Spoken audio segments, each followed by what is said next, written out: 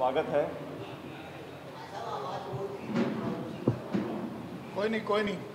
आज की प्रेस वार्ता जिस मुद्दे के लिए आमंत्रित की गई है, मैं इसकी चर्चा करना चाहता हूं। मेरे साथ आज राजस्थान सरकार के कैबिनेट मंत्री और हमारे पीसीसी के प्रवक्ता जिलाध्यक्ष प्रताप सिंह खाचरियावास जी हैं, एआईसीसी के सचिव और उत्तर प्रदेश के प्रभारी पूर्व विधायक जुबैर खान साहब, एआईसीसी के सचिव यूपी प्रभारी नीरज गुर्जर जी, रोहित जी एआईसीसी के सचिव,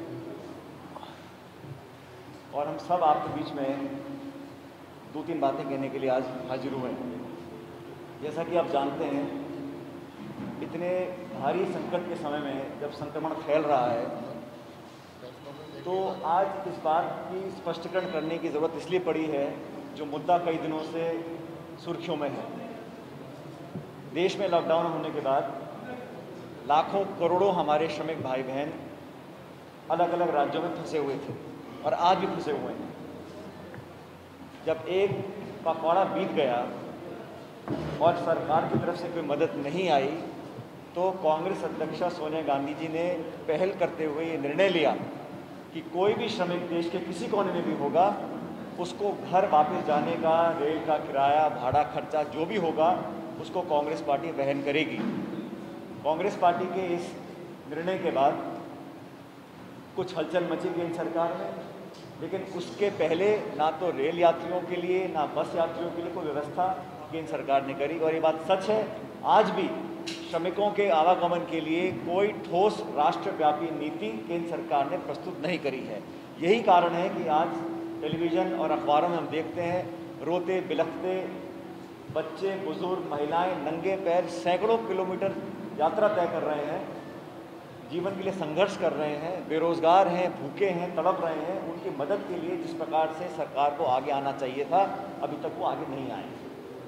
इसको देखते हुए एआईसीसी की महासचिव यूपी की प्रभारी प्रियंका गांधी जी ने कांग्रेस पार्टी की तरफ से 1000 बसों को भी मदद करने का ऐलान किया। उन बसों को लेकर बहुत विवाद हुआ और यूपी की सरकार ने परमिशन देने से मना किया। निस्वार्थ भाव से मानवता को देखते हुए 1000 बसों को कांग्रेस पार्टी ने यूपी भेजने के लिए एक प्रस्ताव भेजा, जिसको बहुत देर तक परमिशन नहीं मिली। जब परमिशन मिली तो कहा गया कि उसको लखनऊ भेजिएगा। आगरा भरतपुर बॉर्डर से बस लखनऊ जाएगी, उसके बाद उसको आगे भेजा जाएगा। फिर बाधाएं बनाने के लिए नाना प्रकार के कंडे अपनाए। कभी कहा कि फिटनेस सर्टिफिकेट नहीं है, कभी कहा कि ड्राइवर का लाइसेंस नहीं है। और मैं हमेशा कहता हूं कि काम करने का कोई बहाना नहीं, ना करने के 100 बहाने। अंत में नेताओं पर एफआईआर हुई, जेल में डाला गया, गतिरोध पैदा किया गया। कई दिनों तक बसें बॉर्डर पर खड़ी रहीं, नोएडा बॉर्डर पर, दिल्ली के पास, आगरा बॉर्डर, भरतपुर बॉर्डर पर। और अंत में आरोप लगाया गया कि बसों में सूची में कमी थी, 1000 बस कहा था, कितनी कम बस थी। और आज हम सब दस्तावेज लेके आपके सामने प्रस्तुत हुए हैं।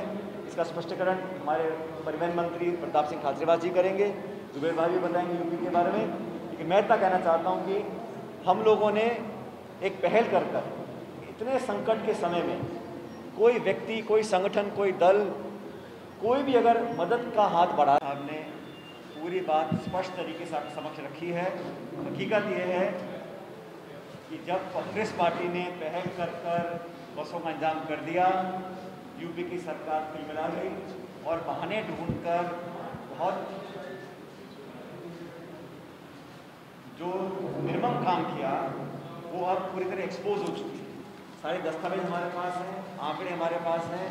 और ये आज इसलिए आपके बीच में आना जरूरी पड़ा क्योंकि एक तो गलत काम कर रहे हैं, ऊपर से सीना जोड़ी कर रहे हैं, और अच्छा काम करने वालों को मैं तो कहता हूँ, मैं खुद धन्यवाद देता हूँ यूपी सरकार का। अगर वो बड़ा मन रखकर प्रियंका गांधी जी द्वारा दी गई बसों को स्वीकार करते, धन्यवाद करते, मैं समझता वो सरकार का सही तरीके का काम करने का तरीका होता। लेकिन उन्होंने तिलमिला के इस प्रकार का व्यवहार किया, नेताओं को जेल में डाल दिया, केस दर्ज कर दिए, पुलिस खड़ी कर दी, गतिरोध पैदा कर दिया।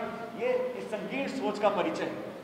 इसलिए जरूरी था हम लोग बताएं कि बसों पर जो राजनीति हो रही है इसको विराम लगना चाहिए, दुनिया को पता हो, देश के लोगों को जानकारी मिले कि हम लोगों ने सच्चे भाव से मानवता की दृष्टिकोण में रखते हुए इन बसों का इंतजाम किया था, कोई राजनीति नहीं करी थी।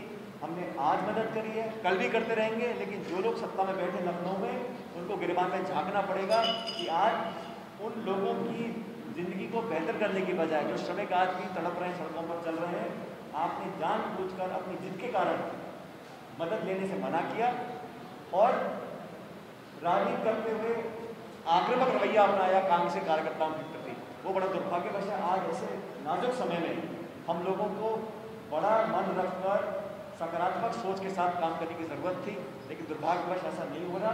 हम लोगों ने अपनी बात को रखा है। अगर आप में से किसी की कोई सवाल हो तो जवाब देने के लिए हाजिर है। ये सरकारी बसें नहीं थी। यूपी के बहुत सारे नेता भ्रमित कर रहे हैं जनता को। ये निजी तौर पर एआईसीसी ने, पीसीसी ने, प्रियंका जी ने, कांग्रेस पार्टी के लोगों ने इकट्ठा कर निजी स्तर पर इन बसों को उपलब्ध कराया था। प्रदेश सरकार हजारों बस वैसे चला रही है, लेकिन ये जो पर्टिकुलर बसें थी 1032 बस, ये प्रदेश कांग्रेस कमेटी और एआईसीसी ने मिलकर किया है। इसमें सरकार का कोई लेना देना नहीं है और रिकॉर्ड पर है।